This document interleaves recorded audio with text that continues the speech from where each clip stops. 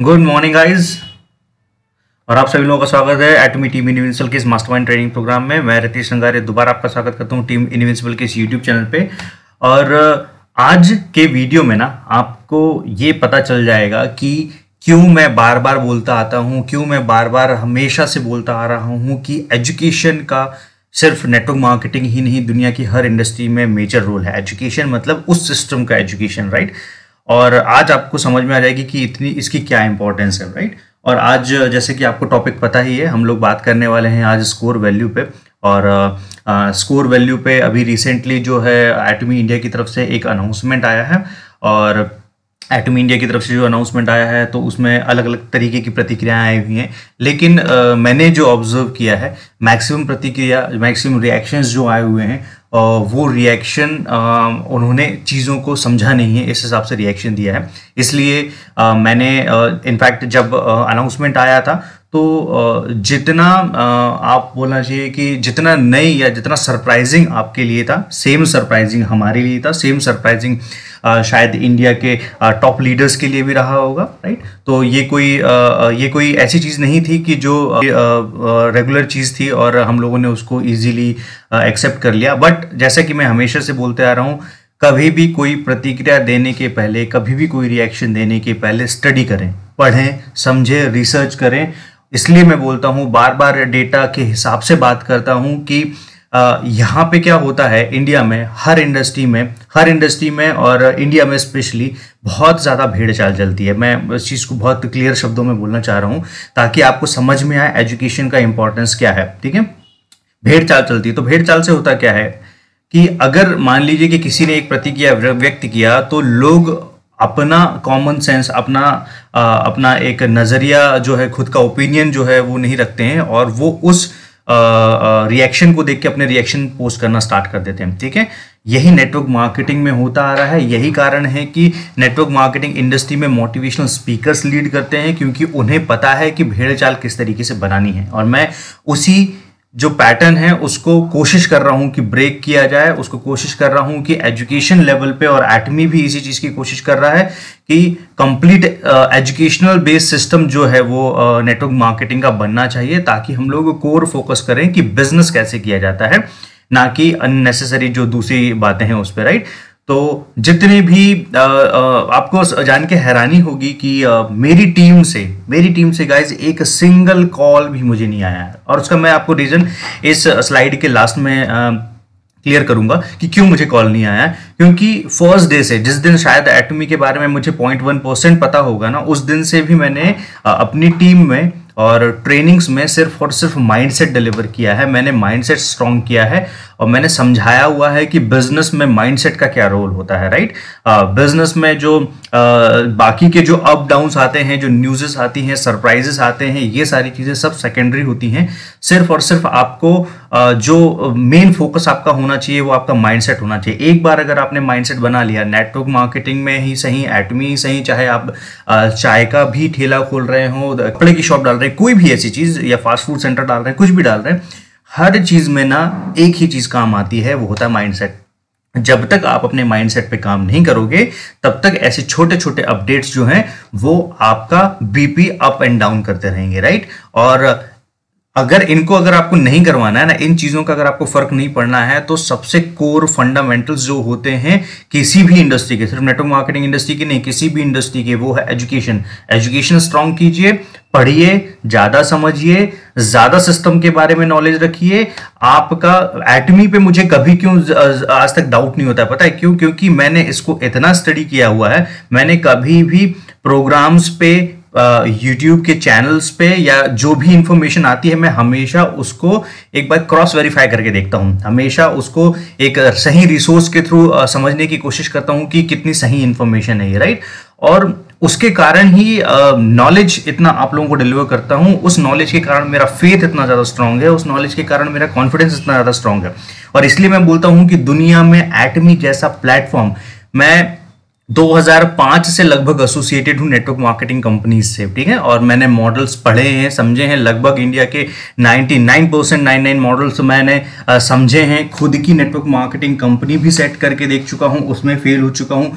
तो मैंने बहुत डीप स्टडी किया है इन सब चीज़ों को और समझा हुआ है कि क्यों कुछ मॉडल्स जो हैं वो चल नहीं पाते हैं, क्यों इंडिया में नेटवर्क मार्केटिंग, जो इंडिया की नेटवर्क मार्केटिंग कंपनीज हैं वो 1 साल 2 साल के बाद में फेल हो जाती हैं, बैंकरप्ट हो जाती हैं, क्या कारण होता है। तो ये सब कब आया है, ये पढ़ाई की वजह से आया है, ज़्यादा मॉडल्स के को स्टडी करने की वजह से आया है। तो मैं सभी लोगों को वही रिक्वेस्ट करूंगा कि ये वीडियो आप देख लोगे ना, इस वीडियो के बाद में आपको आपकी टीम को समझाने के लिए कोई ज़रूरत नहीं पड़ेगी। तो इसलिए एजुकेशन डुप्लीकेट कीजिए, मोटिवेशन नहीं। मैं 100 बार बोल चुका हूँ, अभी भी बोल रहा हूँ, मत करो मोटिवेशन डुप्लीकेट। टेम्पररी होता है मोटिवेशन डुप्लीकेशन। जितना अगर आप इनफैक्ट ये देख सकते हैं कि जब भेड़ चाल का भी डुप्लीकेशन होता है तो बहुत तेजी से होता है, राइट। अगर जो रिएक्शंस आए मार्केट से सिमिलर एक थॉट, डेफिनेट सी बात है, मैं बिल्कुल गलत नहीं बोलूंगा, हमारे दिमाग में भी आया, बट क्योंकि प्री लॉन्च फेस है, हर किसी को अंडरस्टैंड करना पड़ेगा कि जिस टाइम इंडिया में 500 और 2000 के नए करेंसीज लॉन्च हो रही थी ना, 2000 के नोट लॉन्च हो रहे थे ना, तो उस टाइम पे भी अफवाहें उड़ी थी। और इंडिया अफवाहों का मार्केट है, तो आपको बहुत ज्यादा अपना कॉमन सेंस यूज करना पड़ेगा किसी भी सिस्टम में कोई भी अफवाह को फॉलो करने के पहले। और उसका एक ही तरीका है, आपको ट्रस्ट पैदा करना है, कॉन्फिडेंस पैदा करना है, फेथ पैदा करना है और बहुत ज्यादा भरोसा पैदा करना है उस सिस्टम को। तो उस सिस्टम के बारे में ज्यादा से ज्यादा पढ़ो, लोगों की सुनी सुनाई बातों पे मत जाओ, ज्यादा से ज्यादा सिस्टम के बारे में पढ़ो, खुद का कॉन्फिडेंस डेवलप होगा। और जब आपका कॉन्फिडेंस डेवलप होगा तो वो कॉन्फिडेंस आप डिलीवर कर पाओगे अपने प्रॉस्पेक्ट्स को, अपनी टीम को और सभी लोगों को, राइट। तो जितना ज्यादा बड़ा लोगों ने उस चीज को रिएक्शन दिया, आपको बिल्कुल जान के हैरानी होगी, बहुत बड़ी हैरानी होगी जान के कि कोई भी इशू नहीं है, सब कुछ एज इट इज हुआ है स्कोर वैल्यू सेट करने से, बल्कि वो चीजें पूरी की पूरी इंडिया के फेवर में जा रही है। अब मैं आपको एक्सप्लेन करता हूं कि हुआ क्या। सबसे पहले तो काफी लोगों को समझना पड़ेगा कि एन वैल्यू क्या है। बहुत सारे लोगों को जिन्होंने रिएक्शंस भी दिए हैं, मैंने देखा हुआ है, मैक्सिमम लोगों को आई थिंक ये नहीं पता है कि एन वैल्यू है क्या। तो एन वैल्यू फॉर्मूला था, वो नहीं बता रहा हूं, मैं सिंपल बता रहा हूं कि एन वैल्यू पे फर्क क्या पड़ता था। एन वैल्यू का फर्क पड़ता था ग्लोबल डेली जो टर्नओवर जो पीवीज था उसका फर्क पड़ता था, प्लस फर्क पड़ता था कि नंबर ऑफ अचीवर्स, मतलब जितने कमी जो स्कोर नंबर ऑफ पॉइंट्स जो अचीव होते थे ना, स्कोर्स पॉइंट जो अचीव होते थे डेली के, ठीक है, उसका फर्क पड़ता था। तो कुल मिला के एन फैक्टर या एन वैल्यू हम लोग जो बोलेंगे वो इनडायरेक्टली प्रोपोर्शनल था नंबर ऑफ अचीवर्स के। मतलब नंबर ऑफ अचीवर्स अगर बढ़ेंगे तो एन वैल्यू ड्रॉप होगा, ठीक है। और अब आपको जान के हैरानी होगी, बहुत कॉमन मैथ्स वाली बात है, बहुत कॉमन मैथमेटिक्स है ये, कि कभी भी कोई कंपनी ये मॉडल डिजाइन करती है तो उसका फायदा जो है उसको कांस्टेंट रखना चाहती है, क्योंकि नंबर ऑफ अचीवर्स बढ़ रहे हैं। तो आप समझिए कि ग्लोबल टर्नओवर जो बढ़ने वाला है, डेली ग्लोबल टर्नओवर बढ़ रहा है, तो नंबर ऑफ अचीवर्स अगर बढ़ रहे हैं तो एन वैल्यू या एन फैक्टर जो है ना वो लगभग कांस्टेंट रहेगा। और मैं आपको उसका प्रूफ भी दिखाऊंगा क्यों, और मैं आपको प्रूफ दिखाऊंगा कि कोरिया में चाइना लॉन्च के पहले जो एन वैल्यू के थ्रू 15 पॉइंट का डिफरेंशिएशन आया हुआ था और एन वैल्यू चाइना लॉन्च होने के पहले जो डिफरेंस आया था, आपको एकदम जान के हैरानी होगी कि लगभग सेम था, उसमें कोई अंतर नहीं था, है ना। और ये जो हल्ला मचा हुआ था, वो हल्ला जो इस कारण से मचा हुआ था क्योंकि लोगों ने पहले देखा ही नहीं है, ठीक है, लोगों ने देखा ही नहीं है, लोगों ने समझा ही नहीं है कि जो पेमेंट्स आते थे एटमी के अदर कंट्रीज में, ओवरसीज मार्केट में जिस तरीके से पेमेंट आते थे वो किस तरीके से आते थे। किसी ने एन वैल्यू को डिटेल में अगर समझा होता तो उसको समझ में आता कि एन वैल्यू के कारण जो फ्लक्चुएशन होना था वो मेजर फ्लक्चुएशन नहीं था, क्योंकि ग्लोबल टर्नओवर अगर आपका बढ़ रहा है और नंबर ऑफ अचीवर्स आपके बढ़ रहे हैं तो एन वैल्यू हमेशा कांस्टेंट रहेगा, लगभग कांस्टेंट रहेगा, एकदम माइनर फर्क आएगा, वो माइनर फर्क भी आपको बता दूंगा, ठीक है। अब समझिए, ये मैं बहुत एक कॉमन एग्जांपल के तौर पे बता रहा हूं, बहुत कॉमन एग्जांपल, इसका कोई लेना देना नहीं है इससे, समझिए, ठीक है। समझिए कि एन वैल्यू में हम लोगों ने बात की एवरेज की, ठीक है, कि जो अभी एटमी ने अनाउंस किया है कि एन वैल्यू वन स्कोर की वैल्यू जो है वो आपको 4300 वॉन मिलेगी, ठीक है, और इंडियन करेंसी के हिसाब से 264 रुपए 20 पैसे, आई थिंक मैं सही हूँ, राइट, 264 रुपए 20 पैसे का जो फिगर है वो हमें मिलेगा एक स्कोर की वैल्यू, और ये स्कोर की वैल्यू फिक्स होगी, ठीक है। अब आप पहले तो एवरेज समझिए, एवरेज कभी भी दुनिया का कोई भी business, no matter network marketing है, रेगुलर बिजनेसेस है, ट्रेडिशनल बिजनेसेस है, कोई भी है, अगर आप एक चाय की शॉप में जाएंगे, उसका डेली का जो कलेक्शन होता है वो पूछ के देखेंगे तो आपको उसमें हमेशा फ्लक्चुएशन मिलेगा। लेकिन अगर आप मंथली जाएंगे तो वो एक ऑलमोस्ट एवरेज पे जाता है, समझो अब मेरी बात। अगर उसके साल पे जाओगे आप कि भाई वो चाय वाले ठेले का पूरे साल का जो कलेक्शन है वो कितना पहुंचा है, तो भी उसका एवरेज लगभग थोड़ा बहुत प्लस माइनस होगा। ठीक है, तो जब कंपनी की भी ग्रोथ बताई जाती है तो कंपनी की ग्रोथ में जो आपको ये बताया जाता है कि इस तरीके से इस लेवल पे पर ईयर जो इसकी ग्रोथ आ रही है, तो वो डेली ग्रोथ कैलकुलेट नहीं होती है, वो ईयरली ग्रोथ कैलकुलेट होती है, साल की ग्रोथ कैलकुलेट होती है, और एवरेज ग्रोथ जो है वो बढ़ती रहती है हमेशा। ठीक है, सेम कॉन्सेप्ट लागू होता है किराना शॉप में और दुनिया के सारे छोटे बड़े बिजनेसेस में। तो इसका मतलब यह है कि अगर किसी चाय वाले का कलेक्शन एक दिन का 2,000 रुपए हुआ, अगले दिन का 2,500 रुपए होगा, तीसरे दिन का 4,000 रुपए होगा, पांचवें दिन का फिर 2,000 रुपए होगा, फिर 1,800 होगा, 700 रुपए होगा, ऐसे प्लस माइनस होता रहेगा हमेशा, वो कभी भी कांस्टेंट नहीं रहेगा, क्योंकि बिजनेस है। और इसलिए मैं बोलता हूं कि बिजनेस को बिजनेस के माइंडसेट से करना चाहिए, तभी छोटी बड़ी खबरें जो है ना आपको बिल्कुल भी असर नहीं डालेंगी, आपका फोकस क्लियर रहेगा और आपको पता चलेगा कि आप इस जो एटमी है उसके लिए आपने एटमी क्यों ज्वाइन किया है आपने, और आपको एट द एंड करना क्या है, राइट। तो मैंने एक जनरल एग्जांपल लेके, इसका कोई ये नहीं है कि इस तरीके का पेमेंट मिला हुआ था, ये सिर्फ एग्जांपल के तौर पे समझा रहा हूं, इसे भी आप एग्जांपल के तौर पे ही ले सकते हैं। ठीक है, तो अब एक उदाहरण के तौर पे एन वैल्यू का जो फ्लक्चुएशन आ रहा था ग्लोबल मार्केट के हिसाब से अगर देखोगे तो वॉन्ट टू जो INR वॉन्ट टू जो डॉलर कैलकुलेट होता है, ठीक है, वॉन्ट टू जो डॉलर कैलकुलेट होता है, तो उसमें जो फ्लक्चुएशन आएगा उसके हिसाब से, ग्लोबल पीवी में जो फ्लक्चुएशन आएगा उसके हिसाब से मान लीजिए कि किसी को 700 रुपए से स्टार्ट होकर उसका मैक्सिमम जो पे आउट मिला है 2,000 रुपए मिला है। अब अगर, और आप ये फिगर्स जो है ना आप अपने हिसाब से इसको चेंज करके देख लीजिएगा, ये सारे फिगर्स चेंज कर सकते हैं। आपको वैल्यू जो हम लोगों ने पिछली वैल्यू बताई थी उस वैल्यू के आसपास रखनी है, 1750 रुपए के आसपास, मतलब लेस 500 या प्लस 500 कर दीजिएगा, तो आपको डिफरेंस समझ में आएगा। अब इसका एवरेज निकाल के देखिएगा तो एवरेज हमेशा करीब करीब 1300 से 1400 रुपए के आसपास में आएगा। अब एटमी इंडिया ने हमें जो ऑफर किया है वो फेयर वैल्यू ऑफर की है, और ऐसी वैल्यू ऑफर कर दी है जिसका एन फैक्टर के फ्लक्चुएशन पे जो है कोई भी फर्क नहीं पड़ेगा। पहले तो हम लोग ये भी समझें कि फ्लक्चुएशन भी जो होता है, जो डेली का टर्नओवर जो प्लस माइनस होता है, वो होता क्यों है, ठीक है, और एटमी में नहीं होता है, दुनिया की सारी नेटवर्क मार्केटिंग कंपनीज में होता है। ठीक है, कुछ फिगर जो मुझे समझ में आए हुए हैं, ठीक है, वो होता है कि वर्किंग डे में अगर आप काम करोगे तो आपको शायद कम रिजल्ट्स मिलते हैं, क्योंकि कुछ लोग जो वीकेंड होते हैं उसमें ज़्यादा फील्ड वर्क करते हैं। ठीक है, इस तरीके से वर्किंग डे और वीकेंड का अंतर पड़ता है। ठीक है, इसके बाद में पार्ट टाइम, कुछ लोग पार्ट टाइम करते हैं, कुछ लोग फुल टाइम करते हैं, तो नंबर ऑफ पार्ट टाइमर्स ज़्यादा है, नंबर ऑफ फुल टाइमर्स ज़्यादा है, डेली जो ज्वाइनिंग्स हो रही है उसके हिसाब से डिपेंड करता है। रिपर्चेस क्या हो रहा है, आपका प्रोडक्ट जब एंड हो रहा है तो उस प्रोडक्ट के एंड होने की डेट और आपके रिपर्चेस होने की डेट में हो सकता है डिफरेंस हो, कोई जरूरी नहीं है कि एक महीने में खत्म हो जाए। हो सकता है कुछ प्रोडक्ट्स जो जैसे एटमी का टूथब्रश है, अगर आप उसको एक बहुत अच्छे से कैलकुलेशन समझने की कोशिश करेंगे, आप एवरेज 50 रुपए का जो टूथब्रश है, और जो हम लोग रेगुलर टूथब्रश यूज करते हैं, जो भी मार्केट के टूथब्रश होते हैं, एक एवरेज टूथब्रश को आप 2 से 3 महीने में चेंज कर देते हैं, और जो कि एक्चुअल में करना भी चाहिए। ठीक है, तो 2 से 3 महीने की वैलिडिटी होती है कोई भी टूथब्रश की, और अगर आप उसके नंबर ऑफ टूथब्रश आप यूज करोगे तो आप एवरेज 100 रुपए के आसपास का भी टूथब्रश यूज कर रहे हो, तो 1.5 साल में आप मान लीजिए कि 6-7 या 8-10 टूथब्रश जो है वो यूज कर लेते हैं, राइट। अब सेम चीज है, एटमी का जो टूथब्रश होता है वो टूथब्रश आप 1.5 साल में जो है रिप्लेस करते हैं, राइट। तो ये अंतर आता है रिपर्चेसिंग का, आप फ्रीक्वेंट रिपर्चेस नहीं कर रहे हैं उसमें, है ना। अब दूसरा एक अंतर आता है, वो आता है डेमोग्राफिक्स का। डेमोग्राफिक्स का अंतर आना मतलब से लोकल किस जगह से हैं, वहाँ पे एरिया क्या है, उसके उस कंट्री का जो है सिस्टम क्या है, टैक्सेशन सिस्टम, अदर चीज़ों का। इसके बाद में जेंडर का फर्क आता है कि बहुत ज़्यादा कॉस्मेटिक्स हैं तो वो यूज़ करेंगे मैक्सिमम, अगर हम लोग देखा जाए तो गर्ल्स यूज़ करेंगी, तो वो इन सारी चीज़ों का डिफरेंस आता है। इसके बाद में कंपनी ऑफर्स का डिफरेंस आता है। अगर कंपनी ने अचानक से कोई ऑफर फ्लोट कर दी, ठीक है, मार्केट में, और बोल दिया कि इस पर्टिकुलर प्रोडक्ट के साथ में ये particular by one get one free है, या इसमें इतना सर्टेन डिस्काउंट है, या इतना पीवीज जो हैं वो मिलेंगे, या मार्जिन जो है इतना ज़्यादा मिल रहा है, या डीपी प्राइस में कुछ कमी आ गई, जो भी XYZ अगर ऑफर्स फ्लोट करते हैं मार्केट में, तो उससे भी अंतर आता है, क्योंकि उससे बल्क खरीदी और जो है उसमें कम ज़्यादा हो जाता है, राइट। तो बढ़ सकती है कभी भी, तो ये डिपेंड करता है। इसके बाद में पे चेक पे, जब बड़े पे चेक्स रिलीज होते हैं तो अचानक से परचेस बढ़ जाती है। तो ये ट्रेंड्स होते हैं, ये बिल्कुल शेयर मार्केट में जिस तरीके से ट्रेड करता रहता है, अप डाउन होता रहता है, उस तरीके से होता है।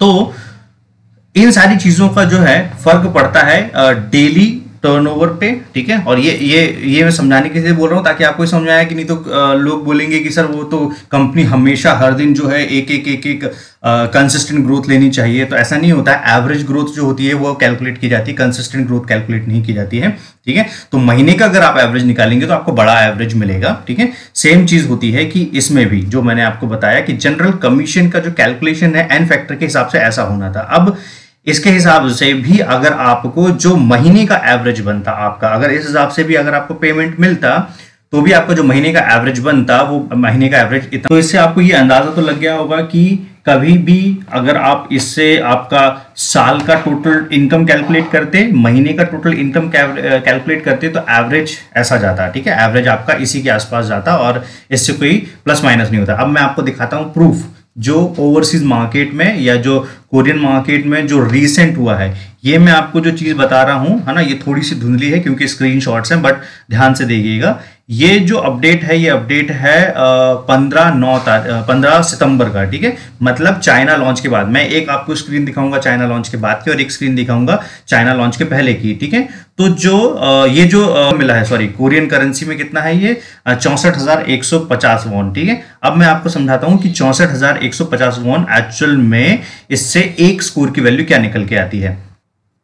तो इसके लिए हम लोग क्या करेंगे, 64,150 वॉन जो मैंने बताया था उसको डिवाइड करेंगे 15 से, ठीक है, सिंपल, ठीक है।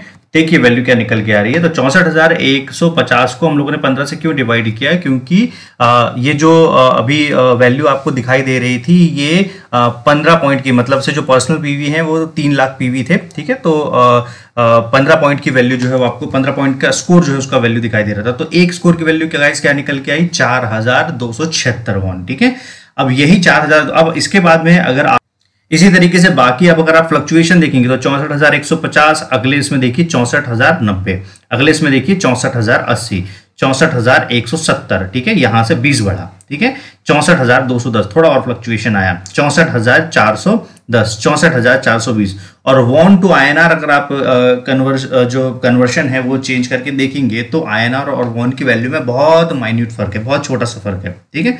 इस तरीके से 64,530। तो मैक्स जो लोवेस्ट था वो था 64,150 और जो मैक्सिमम गया वो गया 64,530। अब एन फैक्टर की जो स्कोर की वैल्यू है उसमें जो डिफरेंस आ रहा है और जो एन फैक्टर फ्लक्चुएट हो रहा है उसका फ्लक्चुएशन बहुत माइनर है, ठीक है। और एवरेज ये मैंने आपको दिखाया, ये दिखाया कब का, सितंबर का, ठीक है। ये अगर आप देखेंगे तो यहाँ पे अक्टूबर का हो गया, सॉरी ये हो गया है अगस्त का, इसके पहले ये हो गया है जुलाई का। इसके बाद मैं एक चीज और दिखाता हूँ आपको, ये करीब करीब उससे बहुत पहले की बात है, ये हो गया है जून का, ठीक है। और सॉरी ये हो गया है मई का और ये हो गया है जून का। अब आप अंतर देखिए, कहीं पे भी ये डबल हो गया है, यहाँ पे कहीं पे भी आपको जो 64,000 में 65,000 भी पहुंचा नहीं दिख रहा है, ठीक है। तो दोनों चीजों का अंतर समझो आप। मैं आपको समझाना क्या चाह रहा हूं, मैं आपको ये समझाना चाह रहा हूं कि दोनों केसेस में जो अंतर है वो वॉन में बहुत ज्यादा फ्लक्चुएशन नहीं आया है। और वो फ्लक्चुएशन कभी भी क्यों नहीं आता, वॉन में आपको कभी भी कोई मेजर फ्लक्चुएशन नहीं आता। क्यों नहीं आता, जिसको मैथमेटिक्स समझ में आती है, छोटी सी गणित समझ में आती है, छोटे से एल्गोरिथम समझ में आते हैं, तो आप समझिए एवरेज हमेशा मेंटेन रहता है। एवरेज इसलिए एवरेज बोला जाता है उसको। तो एन फॉर्मूला इसी तरीके से डिजाइन किया गया था कि ग्लोबल टर्नओवर अगर बढ़ रहा है और उसके बाद में आपके नंबर ऑफ अचीवर्स या पॉइंट जो अचीव करने वाले, स्कोर अचीव करने वाले जो मेंबर्स हैं वो बढ़ रहे हैं, तो वो हमेशा कांस्टेंट रहेगा। ये दोनों चीजों का अंतर। चाइना लॉन्च के बाद में जो मेजर फ्लक्चुएशन आया तब भी आपने देखा कि कोई बहुत बड़ा फ्लक्चुएशन नहीं था, और चाइना लॉन्च के पहले भी कोई बड़ा अंतर नहीं था, ठीक है। तो इससे आप समझ सकते हैं कि एवरेज हमेशा बना रहेगा उतने का उतना ही, ठीक है। अब हम लोग एक क्वेश्चन जरूर सोच सकते हैं कि ये क्यों किया गया इंडिया के लिए। इंडियन मार्केट, मैंने आपको पहले ही बताया, इंडियन मार्केट छोटी छोटी चीजों से जो है पॉजिटिव नेगेटिव होता है, और ये चीज हमसे ज्यादा अच्छा मैनेजमेंट या आप बोल सकते हैं कि जो इंटरनेशनल कंपनीज हैं उन्हें समझती है, ठीक है।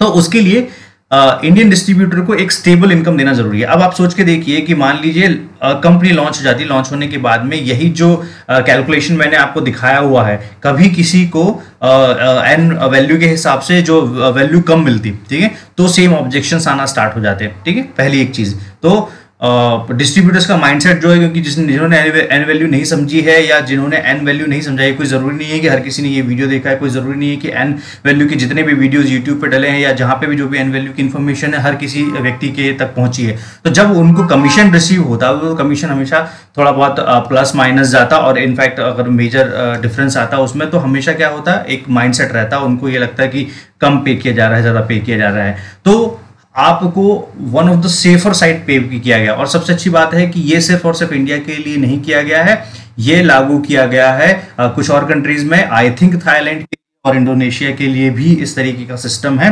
ठीक है, तो कंपनी में कोई भी चेंजेस, सिंगल भी रुपीज का जो है वो चेंज नहीं किया है, वो एज इट इज है। समझने के तरीके में डिफरेंस है, सिर्फ समझने के तरीके में डिफरेंस है।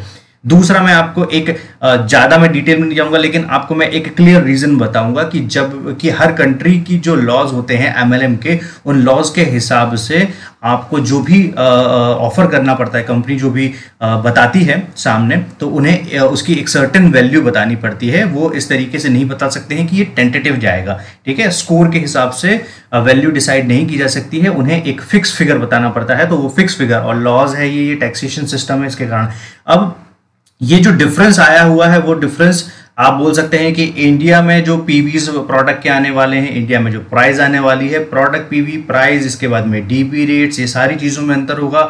इसके बाद में जो इंडिया का टैक्सेशन है, वो हर किसी को पता है कि इंडिया का टैक्सेशन कितना ज़्यादा जो चैलेंजिंग है। ठीक है, और उन सारी चीज़ों को भी कंपनी को फेस करना पड़ता है। तो कुल मिला के आपको समझ में आ गया है कि इसमें कोई अंतर नहीं आएगा। अब मैं आपको दूसरी तरफ लेके जाता हूँ, जिससे आपको समझ में आ जाएगा कि आप इस गेम में क्यों आए। एटमी में हर कोई व्यक्ति, छोटे से छोटा डिस्ट्रीब्यूटर हो जिसने ग्राउंड लेवल से अभी स्टार्ट ही किया है, और बड़े से बड़ा डिस्ट्रीब्यूटर हो जो ऑलरेडी एक टीम बड़ी सेट कर चुका है, हर किसी का एक ही इंटेंशन है, फाइनेंशियल फ्रीडम अचीव करना। राइट, अब फाइनेंशियल फ्रीडम अचीव करना है तो हर किसी का जो टारगेट है, ये 1300, 1400, 1500, 1600 रुपए नहीं है, कोई 10-50 हज़ार रुपए के लिए नहीं आया है। अगर उसके लिए आया हुआ है तो आपके पास में बहुत सारी दूसरी अपॉर्चुनिटीज हैं, आप उस पर जा सकते हैं, इधर जॉब कर सकते हैं आप। सबसे पहले हम लोग समझें कि एटमी में आप इनकम कमाने नहीं आए हैं। मैं आपको क्यों बोल रहा हूं ये बात, अगर आप एटमी से इनकम जनरेट करने आए हैं तो इनकम जनरेट करने के हजारों पैरेलल ऑप्शन है। मैंने भी 2005 में ऐसी इनकम जनरेट की थी जो मुझे वीकली एक बहुत बड़ा पेमेंट दे रही थी, और जब मैं कॉलेज लाइफ में ही था तो मुझे एक बहुत बड़ा इनकम मिलता था। मुझे जो प्रॉब्लम फेस हुई वो प्रॉब्लम क्या थी कि मेरा सब कुछ अच्छा होने के बाद में, एक बड़ा टीम साइज, सब कुछ सही होने के बाद में भी कंपनी कोलैप्स कर गई। ठीक है, और कंपनी कोलैप्स कर गई तो उसका जो हर्जाना है वो किसे भुगतना पड़ा, मुझे भुगतना पड़ा या मेरी टीम को भुगतना पड़ा। राइट, क्योंकि हम लोग सब स्मूथ जा रहे थे। अब यहाँ पे आप क्यों आए हैं एटमी में, आप और दुनिया के जितने भी नेटवर्कर्स हैं वो एटमी क्यों ज्वाइन कर रहे हैं? क्योंकि लोग कंपनी के बैंकरप्ट होने से, कंपनी के बंद होने से परेशान है। नेटवर्कर्स जो सालों से नेटवर्क बनाते आ रहे हैं, उनका नेटवर्क डिस्ट्रॉय होता है, फिर नेटवर्क बनाते हैं नई कंपनी में, फिर डिस्ट्रॉय होता है, और यही जो है प्रोसीजर चलती आती है। तो आप एक नेटवर्क को एक ही बार क्रिएट कर सको और एक नेटवर्क से long term passive income generate कर सको। तो एक्टिव इनकम की बात नहीं, इसलिए मैं यहाँ पे कभी भी आपको देखूंगा कि रिटेल प्रॉफिट की मैं आपको बात करते नहीं आऊंगा, क्योंकि अगर रिटेल प्रॉफिट में आप इन्वॉल्व हो रहे हो तो इसका मतलब आप एक्टिव इनकम बना रहे हो। ठीक है, और पैसिव इनकम बनाने का मतलब होता है आपने अपने नीचे एक सिस्टम जनरेट किया है, वो सिस्टम आपको जो है इनकम अर्न करके देगा। अगर उस सिस्टम में भी आपका इन्वॉल्वमेंट बहुत ज्यादा है और आप कंटिन्यूसली उसमें एक्टिवली परफॉर्म कर रहे हो, एक्टिवली डेफिनेटली परफॉर्म करोगे, लेकिन अगर आपका रोल बहुत ज्यादा होते जा रहा है, एक्टिव इनकम जनरेट कर रहे हो। अब आप समझो, हर कोई व्यक्ति यहाँ पे आया है sales master, diamond master, Sharon rose master से लेके इंपीरियल मास्टर तक की रैंक अचीव करनी, ताकि आपको एक डिसेंट 2.5 लाख रुपए से 50-60 लाख रुपए महीने के आसपास की इनकम जो है वो निकल सके, और इसके अलावा बोनसेस निकल सके। अब आप ध्यान दोगे तो टोटल जो 35% की ऑफरिंग है एटमी की, वो कहीं से कहीं तक कोई चेंज नहीं हुई है, वो वैसा का वैसे ही। अभी भी आप कैलकुलेशन लगा के देख लीजिए, सारे के सारे कैलकुलेशन वैसे ही जाएंगे, कोई डिफरेंस नहीं होगा। पोस्ट जिस तरीके से वहां पे किया गया उसको सिर्फ एक्सप्लेन नहीं किया, अगर उन्होंने वो एक्सप्लेन किया होता तो ये जो कंफ्यूजन बना हुआ है वो कंफ्यूजन नहीं बनता। राइट, तो इसलिए मैं बोलूंगा कि इस वीडियो को ज्यादा से ज्यादा आप लोग शेयर कर दो, ताकि सारे जो मेंबर्स हैं जो थोड़ा सा कंफ्यूजन वाली स्टेज में, उनको चीजें क्लियर हो जाए। अब हर कोई व्यक्ति आया हुआ है किस चीज के लिए गाइस, मैंने आपको बताया सिर्फ बड़ी इनकम के लिए। अब बड़ी इनकम के लिए आया है तो चाइना और इंडिया का जो मार्केट है, जैसे ही आप सेल्स मास्टर से लेके इंपीरियल मास्टर तक की बात करेंगे तो हमें जो ग्लोबल टर्नओवर का 15 डेज का हमें जो मेजर वॉल्यूम मिलता है, 10% सेल्स मास्टर को मिलता है और 0.3% पहुंचता है इंपीरियल मास्टर तक। तो आप समझो कि इंडिया और चाइना के लॉन्च होने के बाद में इसमें जरूर फ्लक्चुएशन आएगा और ये मेजर इनकम है। तो आप वो 100, 200, 50 रुपए पे फोकस करने की जगह आप फोकस करो किस चीज पे, आप फोकस करो ये जो का डिफरेंस आने वाला है ना, ये मैं भी अभी भी मैं अपनी कैलकुलेशन के हिसाब से बता रहा हूँ, क्योंकि जब पे आउट्स निकलना स्टार्ट होंगे तब हमें बहुत सारी चीजें क्लियर होंगी, राइट। तो इसमें बहुत ज्यादा अंतर आएगा, ठीक है। तो आप हमेशा फोकस करो सेल्स मास्टर्स निकालने का, एटलीस्ट ऑटो सेल्स मास्टर निकालने की, ऑटो सेल्स मास्टर बनने की कोशिश करो, ठीक है। इसके बाद में अपकमिंग 48 कंट्रीज जो हैं वो भी लाइन अप की जा सकती हैं। 24 सितंबर के बाद में आपको सारी चीजें जो है वो देखने को मिल जाएंगी। तो अब मार्केट बहुत तेजी से जो है एटमी कैप्चर कर रहा है ग्लोबल मार्केट। अब ग्लोबल मार्केट कैप्चर कर रहा है तो जो जनरल कमीशन का एन फैक्टर था, वो जो फ्लक्चुएशन था वो हमेशा एवरेज मेंटेन रहेगा। वो 200 कंट्रीज लॉन्च होने के बाद में भी कोई अंतर समझ में नहीं आएगा, क्योंकि लोग हमेशा उसका हायर साइड देखते थे, उसका लोअर साइड कोई नहीं देखता था। जैसे ही लोअर साइड में आपको कमीशन रिसीव होता ना, तो इंडियन मार्केट का जो तरीका है वो उसको थोड़ा सा नेगेटिव रिस्पॉन्ड करता है, ठीक है। और इसलिए बिजनेस में समझ बहुत ज्यादा जरूरी है, रटना जरूरी नहीं है, समझना जरूरी है सिस्टम को। तो ग्लोबल मास्टरशिप में ह्यूज डिफरेंस आने वाला है, और इंडिया और चाइना लॉन्च के बाद में तो डेफिनेटली आएगा। ये भी मैं अपनी कैलकुलेशन के हिसाब से ही बता रहा हूं, तो इसको कोई कंपनी ऑफिशियल अनाउंसमेंट या कुछ मत समझिएगा, ये मैं अपनी कैलकुलेशन के हिसाब से बता रहा हूं, एक जनरल कैलकुलेशन के हिसाब से, राइट। तो इस पे अगर आप फोकस करेंगे तो हो सकता है आपका जो इनकम अभी तक का जितना भी बना हुआ है, चाइना लॉन्च के पहले जिन भी कंट्रीज में टोटल इनकम मिला हुआ है, हो सकता है उससे 5-10 हजार प्लस मिलता है। तो आपका फोकस वो 200 रुपए 50 रुपए की लड़ाई है, या आपका फोकस ये है, राइट। तो इस चीज के लिए लड़ो, ठीक है। आप इस चीज के लिए आए हो, जो व्यक्ति एटमी में काम कर रहा है, जिसकी छोटी से छोटी टीम है ना, हर व्यक्ति इसी चीज के लिए आया हुआ है, ठीक है। ये बात अलग है कि आप 4 दिन ट्राई करते हैं और हम में से बहुत सारे लोग जो है क्विट कर जाते हैं, क्योंकि उनको लगता है सिस्टम सक्सेसफुल नहीं है। सिस्टम सक्सेसफुल है सर, सिस्टम सक्सेसफुल है, इसलिए दुनिया में सबसे ज्यादा जो सक्सेस स्टोरीज निकली हुई हैं वो एटमी की निकली हैं। हाँ, अब आपको काम करने की जरूरत है, खुद पे आपको काम करने की जरूरत है, अपने ट्रेनिंग प्रोग्राम पे आपको काम करने की जरूरत है, जो आपके अपलाइन है उनके साथ में आपके कनेक्शंस कैसे हैं, इन सारी चीजों पे, राइट। तो ये मैंने आपको समझाया कि ग्लोबल टर्नओवर का क्या अंतर आएगा। अब मैं आपको समझाता हूं माइंडसेट। सबसे ज्यादा जरूरी काम, इसके बिना आप बिजनेस नहीं कर पाओगे, ठीक है। क्यों? क्योंकि जितने भी नेटवर्कर्स ज्वाइन कर रहे हैं वो भी एक नेटवर्किंग माइंडसेट से आते हैं। मैं अगर अपनी पर्सनल बात करूं तो मैं आपको समझाने की कोशिश करूंगा। 2005 से मैं बिजनेस करते आ रहा हूं, MLM कंपनीज की है, खुद की MLM कंपनी भी सेट की है। मैं अपनी एक जो कंप्लीट स्टोरी है डेफिनेटली एक सही समय आने के बाद में उसको बताऊंगा, आप लोगों तक पहुंचाऊंगा। लेकिन मैंने 2005 में MLM कंपनी की है, 2009 तक की है, बहुत अच्छे लेवल पे गया हूं, बहुत अच्छा इनकम जनरेट किया है। कंपनी कोलैप्स कर गई, इंडियन कंपनी थी। दूसरी, इसके बाद में खुद की MLM कंपनी सेट करी। उस MLM कंपनी में समझ में आया कि जब तक आपका फाइनेंशियल बैकग्राउंड बहुत ज़्यादा स्ट्रांग ना हो, और इतना आसान नहीं होता है सिस्टम को रन करना, इतना आसान नहीं होता है पे चेक्स डिस्ट्रीब्यूट करना। तो हम लोग 5,000 10,000 के जैसे हमारे डिस्ट्रीब्यूटर्स पहुंच गए थे, तो हम लोग उनको इनकम डिस्ट्रीब्यूट नहीं कर पा रहे थे, फिर हम लोग कोलैप्स कर गए। इसके बाद में मैंने तीसरी कंपनी सेट की। उसके बाद से मैं बैक टू बैक अभी तक करीब 12 से ज़्यादा ब्रांड सेट कर चुका हूँ। बड़े बड़े जो बिजनेसमैन हैं, बहुत अच्छी जो पर्सनालिटीज़ हैं, बड़े बड़े इन्वेस्टर्स जो हैं, वेंचर कैपिटल फंड वाले हो गए, एंजल इन्वेस्टर्स हो गए, सभी लोगों के साथ में लगभग मैं बैठा हूँ। बड़ी बड़ी इनकम जो है वो रेज़ किया हूँ, बड़े बड़े इन्वेस्टमेंट रेज़ किया हूँ। भोपाल से एक स्टार्टअप्स के लिए 2.5 करोड़ रुपये रेज़ किया हूँ, खुद के एक स्टार्टअप्स के लिए 15 करोड़ रुपये रेज़ किया हूँ। जीरो से करोड़ रुपीज़ बनाए हैं, और करोड़ से वापस जीरो पे आया हूँ। तो ये जो अप डाउन है ना, ये आपको रेगुलर फेस करना पड़ता है बिजनेसेस में, और वही चैलेंजेस, इन चैलेंजेस से अगर आप रोमांस कर पाएंगे ना, तो आपको बिजनेस करने का मजा आएगा। अदरवाइज आप जो जॉब के तरीके से, जो जॉब का माइंडसेट लेके अगर आप बिजनेस करेंगे तो आप कभी बिजनेस नहीं कर पाएंगे।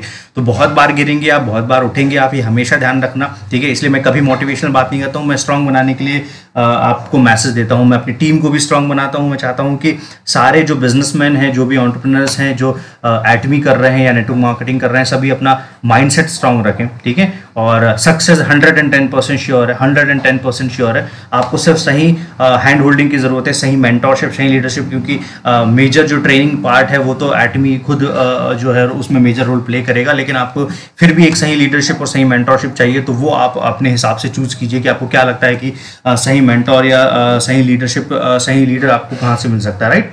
और अब आप समझिए कि आने वाले समय में भी आपका जब नेटवर्क बड़ा होगा तो बहुत सारे जो नेटवर्कर आते हैं, तो जो आप छोटे बड़े कमेंट्स देखते हैं या कुछ भी नेगेटिव फीडबैक देखते हैं, वो दुनिया के हर बिजनेसेस में होता है। आपको जान के हैरानी होगी, व्हाट्सएप फ्री सर्विस देता है, उसके बावजूद ऐप स्टोर पे जाओगे तो लोगों ने वहां पे भी उसको जो है 1 स्टार रेट किया है। मैं बोलता हूं कि कौन होते हैं वो लोग जो व्हाट्सएप को या फेसबुक को या ऐसी फ्री सर्विसेज को 1 स्टार रेट कर रहे हैं। अगर व्हाट्सएप ने या फेसबुक ने आपको जो भी सर्विसेज वो दे रहे हैं, जो फीचर्स वो दे रहे हैं, उसके लिए अगर उन्होंने आप पे एक सर्टेन अमाउंट चार्ज किया होता तो क्या आप उसको 1 रेट करते? तो हो सकता था कि शायद ज्यादा 1 रेट करते, लेकिन फिर भी मैं बता रहा हूं। तो आप समझिए कि लोगों को संतुष्ट करना बहुत ज्यादा मुश्किल काम है, राइट? और वो इतना आसान चीज नहीं है।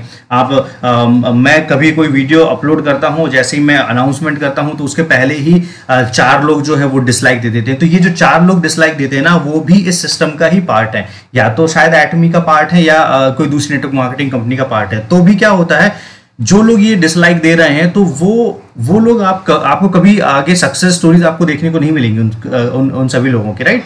क्योंकि वो लीडरशिप क्वालिटी नहीं है, राइट? और यही डिफरेंस है कि आपको बिजनेस में बहुत ज्यादा ब्रॉड सोचना पड़ता है, बिजनेस में बहुत बड़ा सोचना पड़ता है, बहुत विजनरी होना पड़ता है, बहुत दूर का सोचना पड़ता है, तब जाके आप एक नेशनल इंटरनेशनल लीडर पे जा सकते हैं, ठीक है?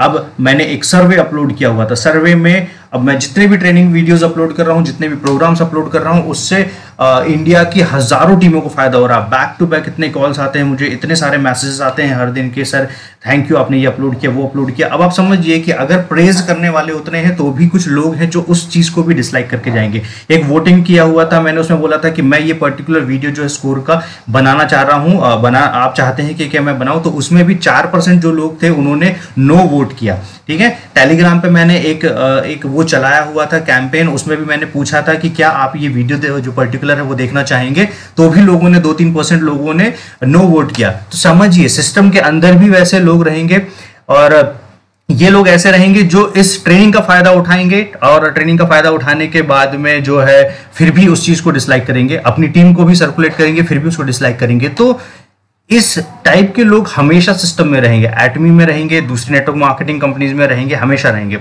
आपको क्या करना है, इनसे ऊपर जाना है, ठीक है? अगर आप भी यही सोच रखेंगे तो आप कभी भी आगे नहीं बढ़ पाएंगे, राइट?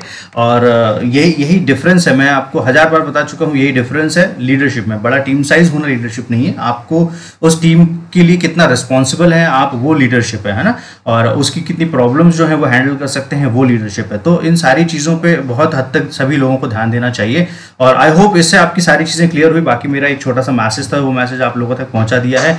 आप टेलीग्राम चैनल मेरा ज्वाइन करें, टेलीग्राम चैनल पे रेगुलर जो अपडेट्स हैं वो पहुंचते रहते हैं, मैं वहाँ पे क्वेश्चंस वगैरह पूछता रहता हूँ, सारी इन्फॉर्मेशन। मेरी कोशिश है कि ज़्यादा से ज़्यादा टीम्स की हेल्प की जाए, और एक चीज़ अच्छे से समझने की कोशिश कीजिए, प्री लॉन्च फेज है, अभी भी मैं बोल रहा हूँ, प्री लॉन्च फेज में अगर आपको कोई मिसलीडिंग इन्फॉर्मेशन पहुँच भी रही है ना, तो वो कंपनी या किसी और का फॉल्ट नहीं है। आपको ये करना पड़ेगा कि सही रिसोर्स ढूंढना पड़ेगा जहाँ से सही इन्फॉर्मेशन आप तक पहुँचे, ठीक है? और वो आपका होमवर्क है। मैंने भी जब सिस्टम ज्वाइन किया हुआ था तो मैंने चैनल्स फॉलो नहीं किए थे, मैंने एटमी का जो सिस्टम बना हुआ है वो फॉलो किया था, वहां से इंफॉर्मेशन कलेक्ट की थी उनकी वेबसाइट से, CH एटमी का जो चैनल है वहां से।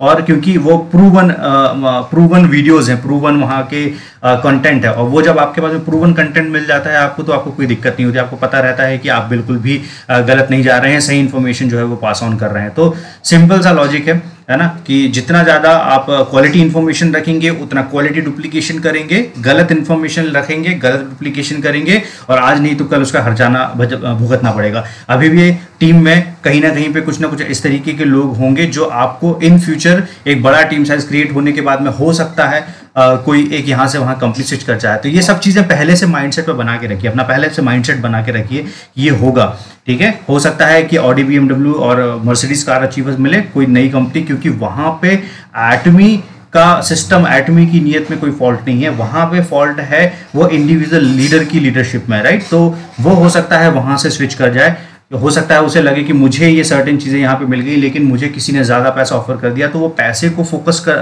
लेके करता है, या फिर एटमी का एक लॉन्ग टर्म विजन देखता है कि हम लोग यहाँ पे 3 जनरेशन तक बिजनेस जो है वो सिक्योर कर सकते हैं, 3 जनरेशन में बिजनेस ट्रांसफर कर सकते हैं। करोड़पति बनना चैलेंज नहीं है, बात है करोड़पति का स्टेटस मेंटेन करना, स्टेबल करोड़पति बनना, कंसिस्टेंट करोड़पति बनना, ये मैटर करता है, ठीक है? और एटमी में जो लाखों डिस्ट्रीब्यूटर ज्वाइन हो रहे हैं ना प्री लॉन्च के पहले ही, है ना, और वो इसलिए ज्वाइन हो रहे हैं क्योंकि उन्हें एक स्टेबल जो है ग्रोथ दिखाई देती है ना, क्योंकि मैंने तो पहले ही बताया कि पैसा आपको हो सकता है एटमी से ज़्यादा पैसा कोई दूसरी नेटवर्क मार्केटिंग कंपनी में मिल जाएगा, मैं आपको इससे बेटर सिस्टम जो है वो बना के दे सकता हूँ क्योंकि सिर्फ फिगर्स का खेल है, लेकिन क्या मैं उसको सस्टेन कर पाऊंगा, क्या मैं 1 साल तक उस कंपनी को रन कर पाऊंगा, हो सकता है मेरी कंपनी 8 महीने के बाद में ही बंद हो जाए। तो बिजनेस प्लान बेटर देना कोई सोल्यूशन नहीं है, बात है कि उस बिजनेस प्लान के थ्रू जितने डिस्ट्रीब्यूटर ज्वाइन हो रहे हैं, आप अगर 10 लाख रुपए महीने भी कमा रहे हैं ना, तो 10 लाख रुपए सिर्फ 1 साल तक ना कमाए, 10 लाख रुपए अगले 50 साल और 100 साल तक कमाए, ठीक है, या 10 लाख रुपए जब कमाना स्टार्ट करें तो 10 से 11 लाख पे जंप करें और 11 से ऐसे धीरे स्लोली स्लोली